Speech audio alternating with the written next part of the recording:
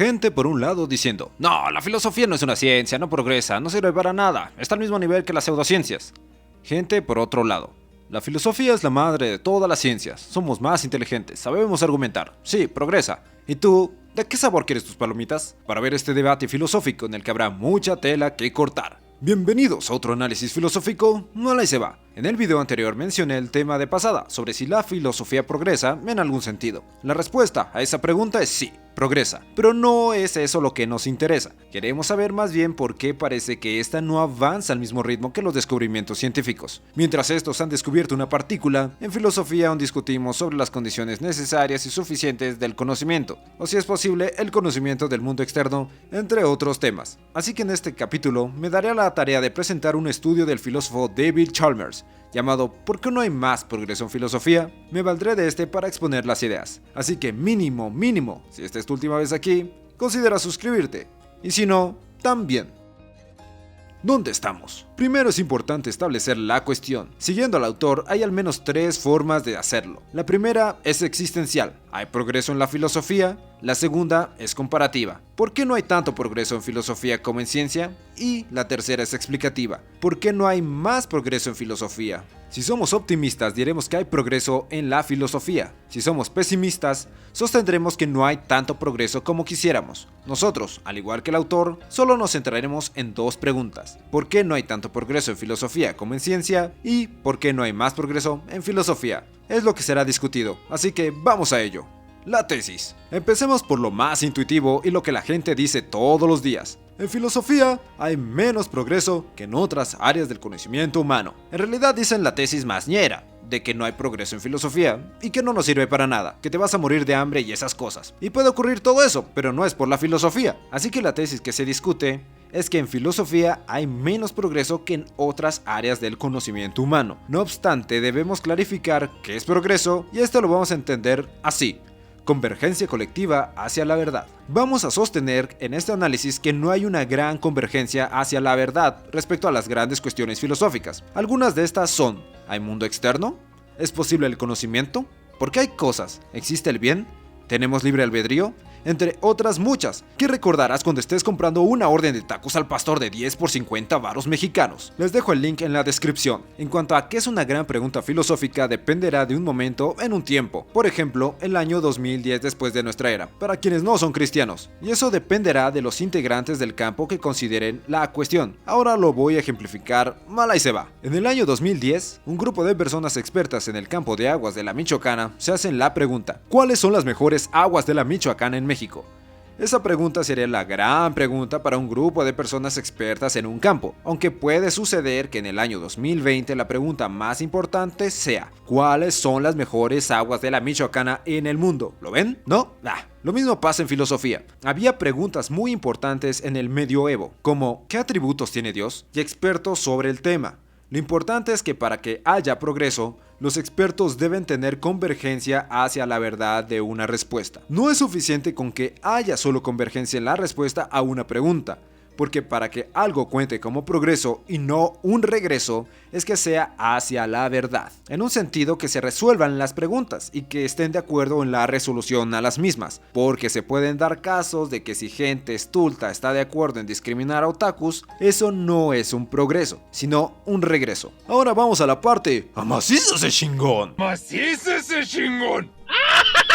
Donde se arman los argumentos centrales. Vamos a echar mano de argumentos para defender la idea de que no ha habido una gran convergencia colectiva hacia la verdad respecto a los grandes problemas filosóficos. Para ello vamos a empezar a decir algo que podemos medir, y es que no ha habido gran convergencia en las grandes cuestiones filosóficas. Decimos medir porque se le puede preguntar a filósofos de todo el mundo, si se quiere, sobre qué posición toman hacia ciertas cuestiones filosóficas. En ciencias como física, química o biología hay grandes cuestiones que tienen respuestas en las que convergen sus estudios, y esta es hacia la verdad. En un estudio un poco parco de Field Papers en 2009, se le hizo una encuesta de 30 preguntas a filósofos de varios países de Norteamérica, Europa y Australia. Las preguntas iban acompañadas con respuestas de confusión múltiple como aceptar, declinar y otro. Aquí van unos ejemplos. El conocimiento a priori, los que sí, 71%, los que no, 18%, y los que dijeron otro, 11%. Objetos abstractos, 39% platonismo, 38% nominalismo, 23% otro.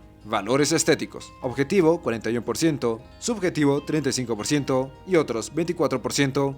Y así sucesivamente. Es sorprendente, aunque no tanto, que no hubo consenso entre los filósofos. El único consenso es que no están de acuerdo. Solo una perspectiva, realismo no escéptico sobre el mundo externo, tuvo 80% de convergencia. Tres perspectivas, conocimiento a priori, ateísmo y cientificismo, tuvieron más del 70% de convergencia. El restante menos de 60%. Y tú dirás, lo mismo ocurre en otras áreas del conocimiento. Nada más falso. Los 23 problemas en matemáticas que Hilbert planteó allá por el año 1900, al menos 10 ya han sido resueltos y tienen el consenso hacia la verdad, y otros 7 han sido parcialmente resueltos. Así que no ocurre en otras áreas del conocimiento, y no voy a hablar de sociología, economía o psicología, en los que parece que sí hay disenso.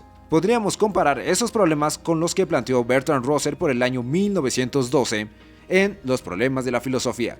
Y ninguno ha alcanzado convergencia universal o ha quedado cerca de alcanzarlo. Ahí les dejo el dato. Variedades de progreso. Hasta aquí podemos decir que en ciencia ha habido más convergencia hacia la verdad que en filosofía, aunque sí hay progreso en esta última área. Empecemos por decir que en algunas grandes preguntas ha habido convergencia. Por ejemplo, en cuestiones sobre Dios ha habido gran convergencia hacia el ateísmo, aunque haya menor convergencia hacia el fisicalismo sobre la mente, es decir, que la mente sea materia. Si esa convergencia es hacia la verdad de una respuesta, al menos los filósofos del año 2021 tienen más creencias verdaderas y justificadas respecto a los filósofos del año 1000. Si eso es verdad, entonces hay algo de progreso. Y de momento no vamos a discutir sobre qué es que haya convergencia hacia la verdad, porque si no, se vuelve complicado el asunto. Otra cosa, que cierto conjunto de pensadores filosóficos converjan hacia la verdad sobre una cuestión filosófica no hace que gran parte del colectivo converja hacia ella. E incluso puede haber gran convergencia en tesis más acotadas, como la afirmación de que el conocimiento no solo es creencia verdadera justificada. Hay otras cosas que pueden contar como progreso, aunque aquí estamos adoptando la postura del autor. Pienso que en la filosofía podemos estar de acuerdo en que hay categorías que no son lo mismo, como la de necesidad y la de a priori. Antes se creía que estas iban juntas, pero después de ciertos estudios iniciados por Kripke,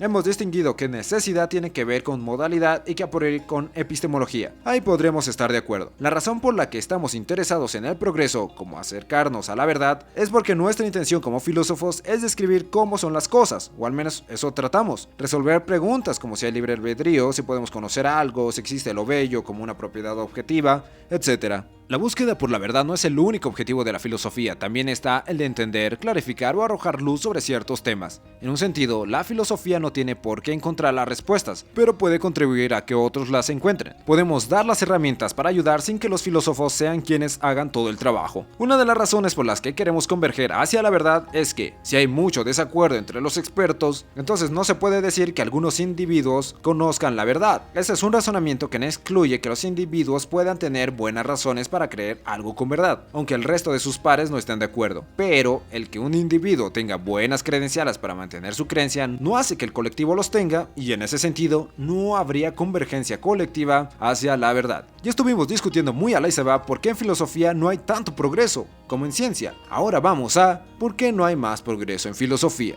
o la idea de por qué hay menos convergencia en filosofía que en ciencias bien establecidas o duras. No me gusta cómo suena. Un primer acercamiento es que dependen de los métodos, como cuando veías a tu camarada en la secundaria y tú llevabas Dixman y él un MP3. El tuyo se pausaba si lo movías demasiado y el suyo no. Lo mismo sucede aquí. En matemáticas hay pruebas. En física, química o biología hay experimentos u observaciones que tienen el poder de dirimir la convergencia hacia las grandes cuestiones. En filosofía tenemos argumentos, y no siempre pueden dirimir las grandes cuestiones.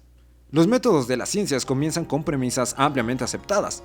En matemáticas son los axiomas, en ciencia las observaciones, y de allí pueden inferir cosas más sólidas, como lo que trataba de lograr Descartes, ¿verdad Descartes? En mi video anterior sobre Russell, hablaba de que era necesario tener un conocimiento cierto para poder llegar a conocimientos igualmente ciertos, pero menos evidentes. Es decir, en filosofía también queremos lo mismo, pero no ocurre. No encontramos premisas que sean ampliamente aceptadas, de modo que no podemos extraer conclusiones sorprendentes pero sólidas en esta área. Otra vez, en el video anterior decía que uno puede negar cualquier cosa, sobre todo si es un argumento, y es lo que ocurre en filosofía. Una premisa puede ser negada con relativa facilidad. No todas, pero ocurre.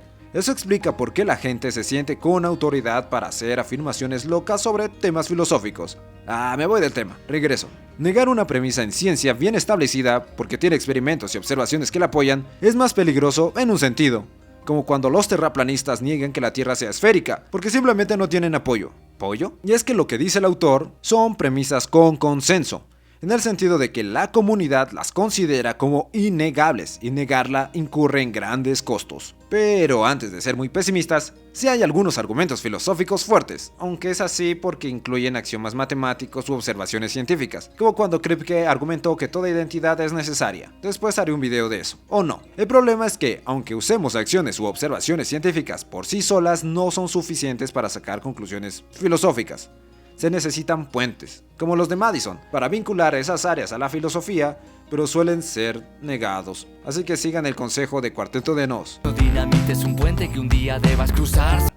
Pero tenemos intuiciones muy fuertes en filosofía. Sí, eso sí, y son difíciles de negar, pero no son comunes. Y cuando las hallamos, no podemos sacar conclusiones filosóficas tan fuertes de ellas, que no damos un paso adelante cuando ya dimos dos atrás. Eso sí, si combinamos intuiciones filosóficas casi innegables con matemáticas o ciencia, se puede extraer conclusiones muy fuertes, pero suelen ser tesis negativas, en las que se rechazan tesis o se generan contraejemplos, como que el conocimiento no solo es creencia verdadera justificada, y esas tesis negativas quedan muy cortas para responder a las grandes preguntas filosóficas. Los filósofos estamos acostumbrados, o deberíamos estarlo, a que nuestros argumentos se presten a ser negados. Look, this isn't an argument.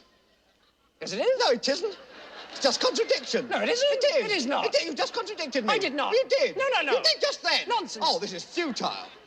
Principalmente sus premisas. Casi siempre encontramos gente que rechaza nuestras tesis. Sí, lo digo por experiencia personal, pero es bueno, en el sentido de que solemos tomar una postura en la que negamos lo mismo que aceptamos para ver qué premisas tienen que ser revisadas. Así que en general terminamos en desacuerdos sofisticados, muy quisquillosos. Pero está bien, uno podría sentirse tentado a decir que las tesis positivas a favor de una postura filosófica no son exitosas, y más bien son raras. Como somos filósofos diremos, eso depende cómo entendamos el éxito. Si este lo entendemos como convencer a casi todos los expertos de una área sobre una tesis, entonces ha habido algunos éxitos en filosofía. Quiero redondear diciendo que los argumentos filosóficos son poderosos, en el sentido de que dicen cosas importantes y no todos son cuestionables, y aun cuando lo sean, ofrecen la oportunidad de iluminar campos que no habíamos imaginado, como cuando negamos lo que dice Kant, Sartre, Schopenhauer, David Chalmers, Rawls, entre otros. Los argumentos pueden producir conocimiento aun cuando no generen consenso entre los pares. Algo que hace importante a los grandes filósofos es que no argumentan, no me malentiendan, sí lo hacen, pero están centrados en ofrecer tesis y desarrollar, más que negar lo que otros han dicho. Ellos afirman y plantean posturas y trabajan a partir de ellas. Al final habrá filósofos que negarán sus posturas y no tienen que hacer ellos el trabajo. Nuevos métodos filosóficos.